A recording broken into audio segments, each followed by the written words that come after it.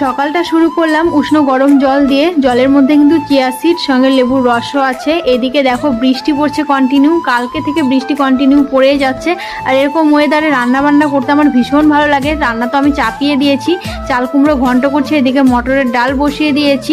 হাজব্যান্ডকে কখন থেকে ডাকছি যে ওঠো বাজারে যেতে হবে, তো কোনো সারা শব্দ না, আরামে আরামে ঘুমিয়েই যাচ্ছে। তো আর কি করবো, আমি ভাবছি ঘরে যাচ্ছে সেগুলোই রান্না করি।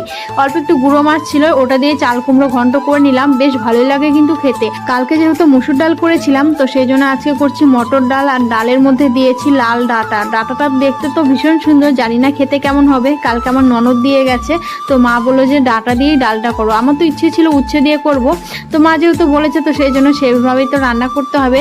আর ডালটা ভীষণ গরম জন্যে একটু একটু করে আমি ফোড়ন দিয়ে নিলাম।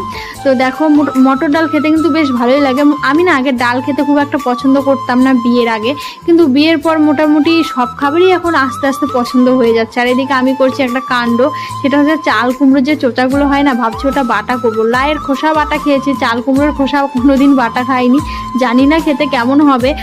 আর মানে বাটার পর গন্ধটা এমন বেরিয়েছে না, মনে হচ্ছে কি নিম পাতা পেস্ট। এখন গ্যাস পুড়িয়ে তো রান্না করছি, খাওয়া যাবে কি না জানি না। দেখা গেল গ্যাসও নষ্ট, আমার এদিকে তেল লবণও নষ্ট।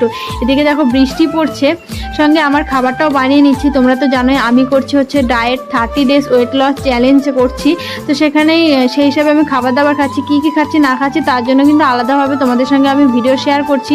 অলরেডি ডে 1-এর ভিডিও শেয়ার করা হয়ে গেছে, আজকে হচ্ছে ডে 2। তো এদিকে দেখো সবজি টবজির চোচাগুলো ছিল সব আমি তুলে রেখে দিলাম। যে দুধ দিতে আসে কাকিমা, ওই মানে কাকিমাটা হচ্ছে গরুর জন্য নিয়ে যায়, তো সেই জন্য সবজির চোচা আমি রেখে দিই। কদিন থেকে কিন্তু আমি আলাদাই রান্না করে খাচ্ছি, মানে আমার বাড়ির জন্য যেসব রান্না করছি তেল মশলা দিয়ে সেগুলো তো আমি একদমই খাচ্ছি না। আমি আমার জন্য জাস্ট খালি সেদ্ধ জাতীয় খাবারগুলো খাচ্ছি। আসলে সামনে একটা শুভ দিন আছে, মানে আমার একটা ভাগ্নের বিয়ে আছে, তার আগে একটু ওয়েটটা লস করতে হবে। তো পাঁপড়গুলো না ড্যাম হয়ে গেছে জন্য শুকনো খোলা একটু ভেজে নিয়ে তারপর ভেজে নিচ্ছে। আর সকাল টাইমটা খুব ব্যস্ততার মধ্যে দিয়ে যায়, তো রান্না করতে করতে আমার সকালে ব্রেকফাস্টটা করতে হয়। তো যাই হোক রান্না বান্না কমপ্লিট হয়ে গেল। যেহেতু বাজারে যেতে পারিনি বৃষ্টির জন্য, তো সেই জন্য অল্প কিছুই রান্না বান্না করলাম। গ্যাসটা মুছে নিলাম। হাজব্যান্ডও বৃষ্টি কমেছে জন্য দোকানের উদ্দেশ্যে রওনা দিয়ে দিল। জানি না আকাশে মেঘ আছে, যখন তখন বৃষ্টি নামতে পারে, তো সেই জন্য এই সুযোগে ও বেরিয়ে গেল। তো তোমাদের সঙ্গে দেখা করছি এখন 1:30টার দিকে। স্নান ধ্যান করে ফ্রেশ হয়ে নিলাম। এর মধ্যে কিন্তু অনেক কিছু করেছি, মেয়েকে খাওয়ানো, ঘর ঝাড় দেওয়া, বাসন মাজা, কাপড় কাচা, এমনকি আধা ঘন্টা এক্সারসাইজও কিন্তু করে নিয়েছি।